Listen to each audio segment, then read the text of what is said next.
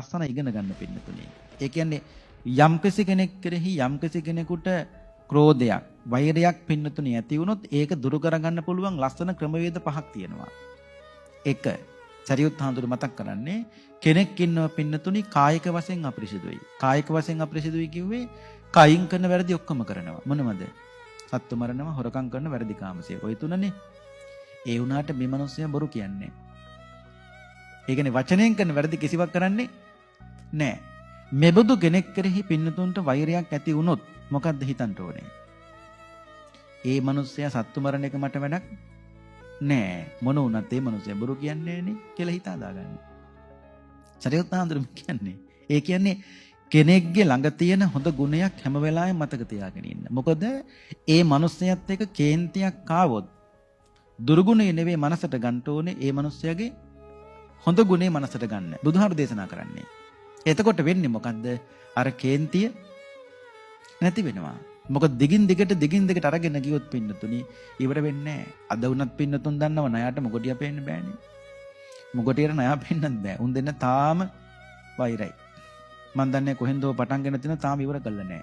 ඒ වගේ තමයි පින්නතුනි කොතනින් පටන් ගත්තද මන් දන්නේ නයි මොකටි වෛරය තාම තියෙනවනේ. ඒ වගේ තමයි මිනිස්සුත් ඒව පටන් ගත්තාම ලේසියෙන් ඉවර කරන්නේ. ඒ වගේ තමයි සමහරුන්ට පින්නතුනි ඉක්මනට කේන්ති යනවා. කේන්ති ගියා වගේ තමයි ඒ කේන්තිය දිගටම හිතේ පවත්වගෙන යනවා. සමහර සර්පේ ඉන්නවා පින්නතුනි දෂ්ට කරපු ගමන් විස තියෙනවා. හැබැයි පවතින දරුණු විසක් උගේ නෑ. සමහරුන්ට ඉක්මනට කේන්ති යනවා. අපි කියන්නේ කේන්ති ගියා වගේම ඉක්මනට නිවෙනවා කියලා. කේන්ති යන්න පුළුවන්. නමුත් ඉක්මනටම නිවෙන්න ඕනේ. නිවෙන්න පුළුවන්කම තියෙන මොකුත් නිසා නෙවෙයි. එයාගේ හොඳ ගුණයක් පින්නතුනි මතක තියාගන්න. ගෙදරක උනත් දැන් විවාහ ජීවිතේ මෙච්චර දුරක් ආවේ ලේසි නෑ. ඒක හරි අමාරුයි. ඒකට තේරුම් ගන්නට මහත්යයා කෑ ගහනකොට නෝන නිකන් ඉන්න ඕනේ. නිකන් ඉන්න ඕනේ කියලා කියන්නේ මේ කරබගින එක නෙමෙයි. ඉවසන්න ඕනේ. ඒක හරි හෝ වැරදි හෝ වෙන්න පුළුවන් කෑ ගහන දේ. කෑ ගහලා කොයි වෙලාවක හරි මහත්ය නතර කරයිනේ. ඒ නතර කරපු වෙලාවට ගිහින් කියලා දෙන්න ඕනේ. නිවිච්ච වෙලාවට මහත්ය කෑ ගහපු එක වැරදි. මටත් කෑ ගහන්න තිබුණා. ළමයි නිසා මම ඉවසුවා. බැරිද කියන්න කතා කරගන්න පුළුවන්. එහෙම නැතුව නෙමෙයි අපි ඕන තරම් ඉන්නවා පින්නතුනි. අනිත් පැත්තත් එහෙමයි. නෝන කෑ ගහනවා නම් පින්නතුනි මහත්ය නිකන් ඉන්න ඕනේ. හැබැයි නෝන කොයි වෙලාවක හරි දවසේ හරි කමන්නේ කෑ ගහලා ඉවර කරයිනේ පින්නතුනි. ඒ ඉවර කරයිනේ. ඉවර වෙච්ච තැනදී මහත්තයාට කියන්න ඕන ගිහිල්ලා පින්නතුනි කෑ ගහපු එක හොඳ නෑ. වැරදි. ඒ නිසා මින් මතු ආයි මේ ගෙදර ඔය වගේ දේවල් නෑ.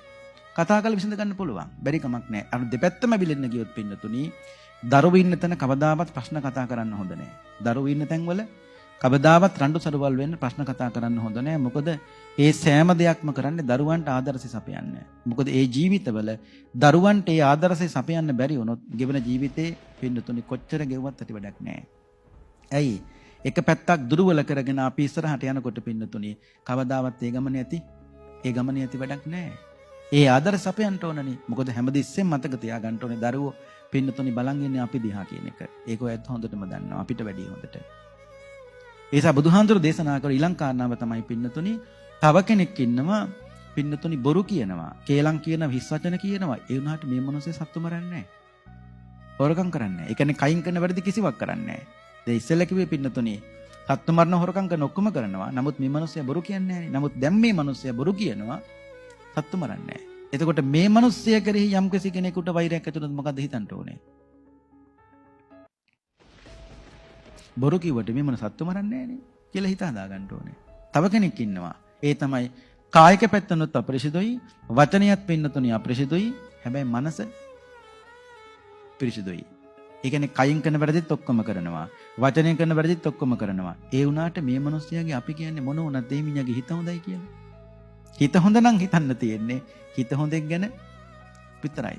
ඒක මහත්යෙක් ආව බණකට ආරාධනා කරන්න. ඒ කියන්නේ අම්මගේ අවුරුදු 85 වෙනි උපන්දිනේ.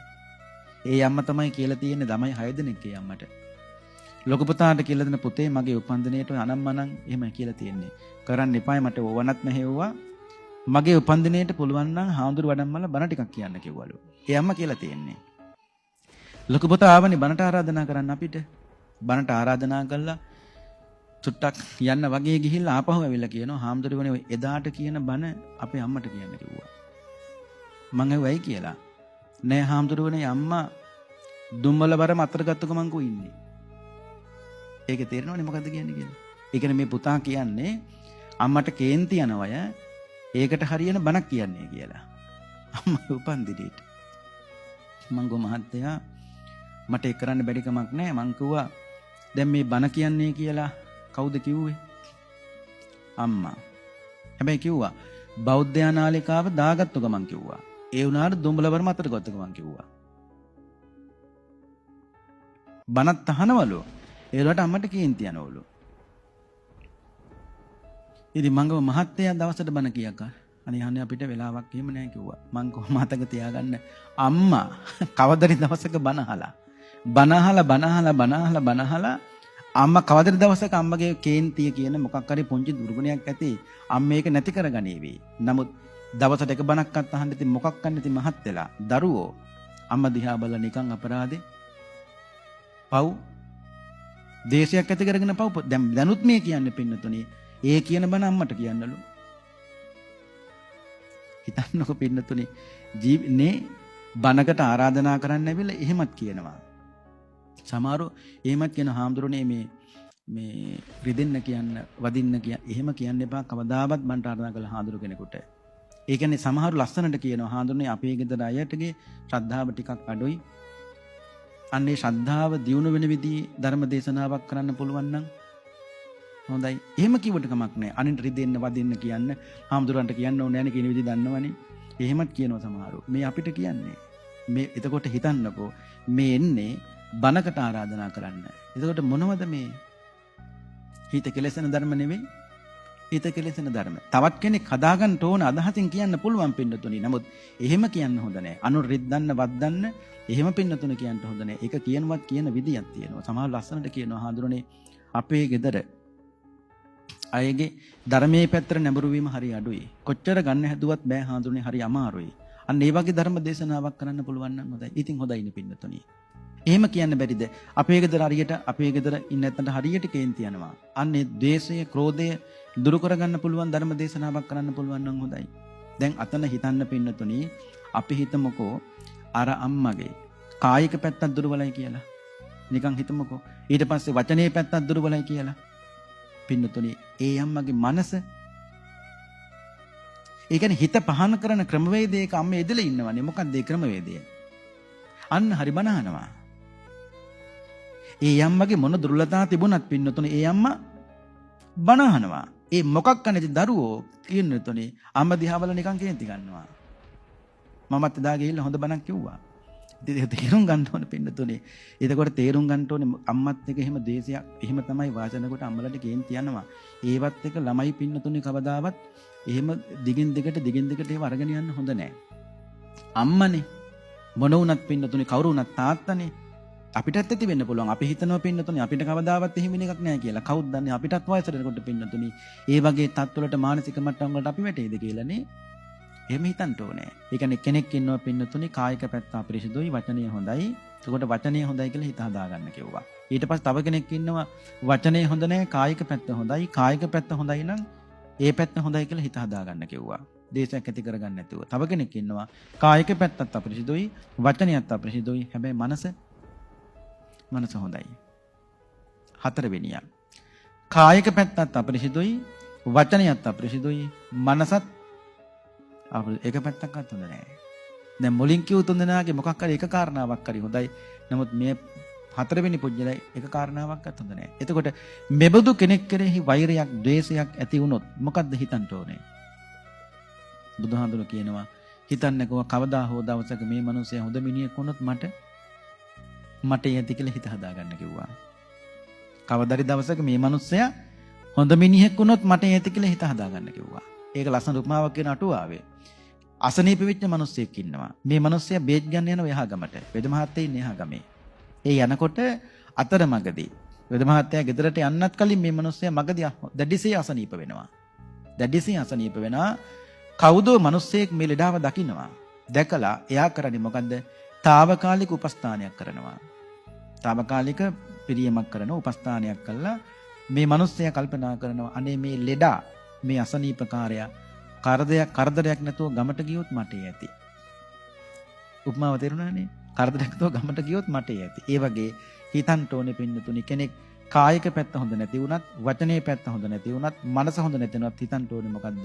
කවදා හෝ දවසක මේ මිනිස්සේ හොඳ මිනිහෙක් වුණොත් මට ඇති කියලා හිත හදා ගන්න ඕනේ. අන්තිමය. කායික පැත්ත පිරිසිදුයි, වචනේ පැත්තත් පිරිසිදුයි, මනසත් පිරිසිදුයි. ඉතින් හැම පැත්තක්ම හොඳයි. ඉතින් හැම පැත්තක්ම හොඳයි නම් ඒ මිනිස්සේ කෙරෙහි ඇති වෙන දේශය මොකද්ද? බුදුහාර දේශනා කරන මිනිස්සු හොඳින් හිටියත් මිනිස්සුන්ට බලන් ඉන්න බැරුව කේන් තියනවා කිව්වා. එතකොට හිතන්න ඕනේ වෙන මොකුත් නෙවෙයි. කවදා හෝ දවසක මේ වගේ තත්ත්වයකට මේ මිනිස්සයා වගේ මේ වගේ තත්ත්වයකටපත් වෙන්න මමත් උත්සාහයක් ගන්නව කියන හිතන මිසක පින්නතුනි ඒ මිනිස්සයාගේ දෙයට ඉරිචා කරලා කේන්ති අරගෙන හරියන්නේ නෑ. ලස්සන උපමාවක් කියනවා අටුවාවේ. ඒ තමයි වතුර තිබහා වෙච්ච මිනිස්සෙක් ඉන්නවා. මේ මිනිස්සයා බහිනව සීතල ජලයේ තියෙන පොකුණකට. බැහැලා පින්නතුනි මේකෙන් වතුර බොනවා. වතුර බීලා ඒ මිනිස්සේ පොකුණෙන්ම නානවා. නාලා ගොඩට එනවා. ගොඩට ඇවිල්ලා ළඟ තියෙනවනේ පොකුණ මේ ගහක් කුඹුක් ගහක් තියෙනවා. ඒ කුඹුක් ගහ යට අරිෂෝක් ගහක්නේ. මේ ගහ යට මේ මිනිස්සේ පැය ගාණක් හොඳට බුදිය ගන්නවා නිදා ගන්නවා. නිදාගෙන පින්නතුනි මෙන්න ගෙදර යනවා. දැන් ඔයත් දැන් මේ කියපු ඔක්කොමත් එක්ක මෙන්න මේ කියපු කාරණාවත් එක්ක දැන් මේ මනුස්සය නිකන් දුක් විඳින මනුස්සයෙක් වගේ පේනවද? නෑනේ. මේ වගේ කෙනෙක් ගැන කතා කරනකොට පින්නද මොකක් හරි කේන්තියක් වගේ යනවද? නෑනේ. වතුර තිබහා තිබුණා ඒකට බැස්සා. පොකුණට බැහැලා ඒකෙන් වතුරත් බිව්වා. වතුරත් බීලා ගොඩට ඇවිල්ලා අගහට බුදියගෙන මෙන්න ගෙදරට යනවා. දෙයනේ අපිට තියෙනවා ඒ වගේ නිදහසක්. අපිට එහෙම නිදහසක් නෑ. මම කිව්වේ ඒ මිනිස්සයාට එහෙම නිදහසක් තිබුණයි කියලා. ඒ මිනිස්සයා දිහා බලලා කේන්ති ගන්න එක නෙවෙයි කරන්න ඕනේ. මමත් කවදින දවසක ඒ වගේ නිදහසක් හදා ගන්න ඕනේ කියලා හිතන මිසක පින්නතුණි කේන්තරගෙන හරියන්නේ නැහැ කිව්වා. ලස්සනයි. ධර්මයේ පුරුදු කරන්න ඕනේ මොන තැනද පින්නතුන්? ධර්මයේ පුරුදු කරන්න ඕනේ ජීවිතයේ දුර්වලතාවයේ මතුවෙන තැන්වලදී. නිකන් ඉන්නකොට ධර්මයේ ඕනේ නැහැ. දැන් මේ වාඩි වෙලා ඉන්න අපිට පින්නතුණි දැන් අපි ළඟ ධර්මයේ දකින්න පුළුවන්. දැන් ධර්මයේ දකින්න බෑ. ඇයි? දැන් පින්නතුනි අපි කවුරුත් නිෂ්ක්‍රියයි. දැන් අපි කවුරුත් වාඩි වෙලා. දැන් අපේ අතින් කාටවත් කාගෙන්වත් අපේ අතින් කිසි කෙනෙකුට වරදක් සිද්ධ වෙයි නෑ. එහෙනම් ධර්මයේ තියෙන්න ඕනේ කොතනද? මිනිස්සු සක්‍රිය වෙනකොට. නිෂ්ක්‍රිය මිනිහෙක් තුළ ධර්මයේ දකින්න බෑ. පුළුවන්ද?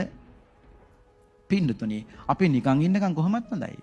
අපි වාඩිලා ඉන්නකම් මමත් හොඳයි ඔයත් හොඳයි වාඩිලා ඉන්නකම්. නමුත් මේ හැමදාම ඉන්න බෑ. මෙතනින් නැකටලා ගිහලා සමාජයත් එක්ක වැඩ කරන්න ඕනේ. ඒ සමාජයත් එක්ක වැඩ කරනකොට තමයි කේන්ති යන්නේ, රාගය ඇති වෙන්නේ, දුර්ලකම් මතු වෙන්නේ, දුස්සීලකම් ඇති වෙන්නේ.